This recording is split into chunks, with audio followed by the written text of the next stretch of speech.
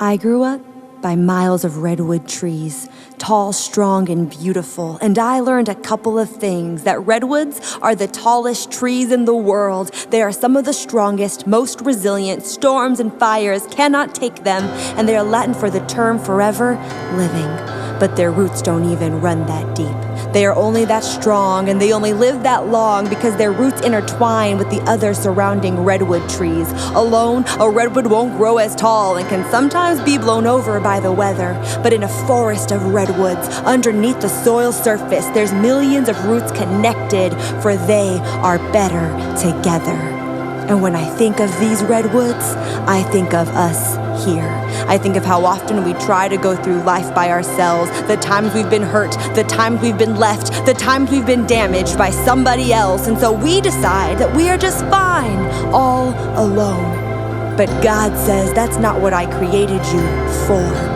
Jesus was passionate about people and community and believed the church was the hope of the world. He calls it a family because here we find our identity. He calls it a temple because we're like pieces that come together to build and hold up one another. He calls it a flock of sheep because we are cared for by the same shepherd. And he calls it a body because we're all different parts and no purpose or function is like the other. He calls it his bride because the church is the love of his life, and he calls it a vine or a garden because we're only productive when we're connected. He says the lost have hope through it. He says the hurt are healed through it. He says we must love and forgive and fight to protect it because the community of the church is his absolute favorite.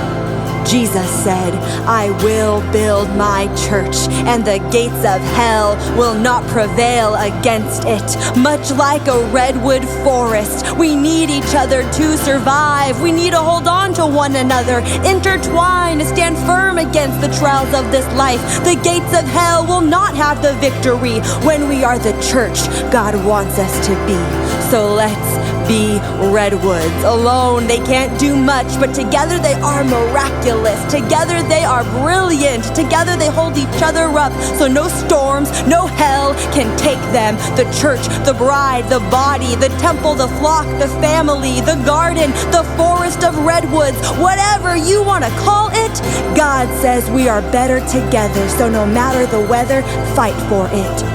We were made to grow here. We were made to stand tall here. We were made to be a part of this forest here with each other, representing the creation of God, standing strong against all odds and going through this life together.